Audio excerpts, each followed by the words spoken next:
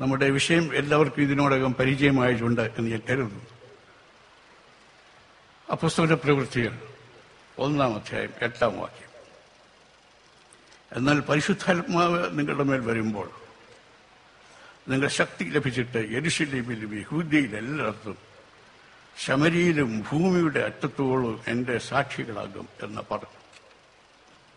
വിശുദ്ധ മത്തായിയുടെ സുവിശേഷം 28-ാം അധ്യായം 19 മുതലുള്ള വാക്യങ്ങൾ. യേശു അടുത്തു നിന്നു, സ്വർഗത്തിലും ഭൂമിയിലും സകല അധികാരവും എനിക്ക് നൽകപ്പെട്ടിരിക്കുന്നു. ആകയാൽ നിങ്ങൾ പുറപ്പെട്ട പിതാവിന്റെയും പുത്രന്റെയും പരിശുദ്ധാത്മാവിന്റെയും നാമത്തിൽ സ്നാനം കഴിപ്പിച്ചു ഞാൻ നിങ്ങളോട് കൽപ്പിച്ചതൊക്കെയും പ്രമാണിപ്പാൻ തക്കവണ്ണം ഉപദേശിച്ചും കൊണ്ട് സകല ജാതികളെയും ശിഷ്യരാക്കിക്കൊള്ളുകയും ഞാനോ ലോകാവസാനത്തോളം എല്ലാ നാളും നിങ്ങളോട് കൂടെയുണ്ട് എന്ന് പറഞ്ഞു. നമുക്ക് പ്രാർത്ഥിക്കാം.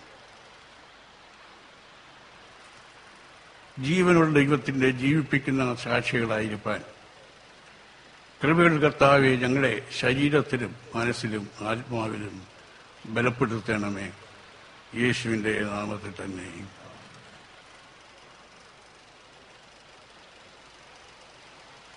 ബി മൈ വിറ്റ്നസസ്, എന്റെ സാക്ഷികൾ ആകുക. 10-15 വർഷങ്ങൾക്ക് മുമ്പ് നോർത്ത് അമേരിക്ക യൂറോപ്പ് ഭദ്രാസനത്തിന്റെ ചുമതലയിലിരിക്കുമ്പോൾ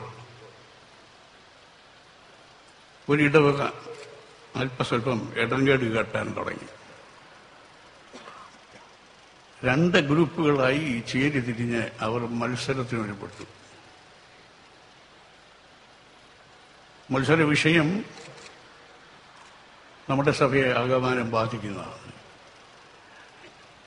ഒരു കൂട്ടർ പറഞ്ഞു അവരുടെ പേരിലാണ് ആ ഇടവക രജിസ്റ്റർ ചെയ്തിരിക്കുന്നത്, അതുകൊണ്ട് ഇത് ഞങ്ങളുടേതാണ്.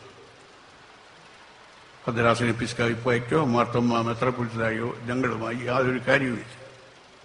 വേണമെങ്കിൽ മെത്രാപ്പൊലീത്തായ്ക്ക് ആത്മീയ കാര്യങ്ങളുടെ മേൽനോട്ടം വഹിക്കാം, ബാക്കിയുള്ളതെല്ലാം ഞങ്ങളാണ് കൈകാര്യം ചെയ്യുന്നത്.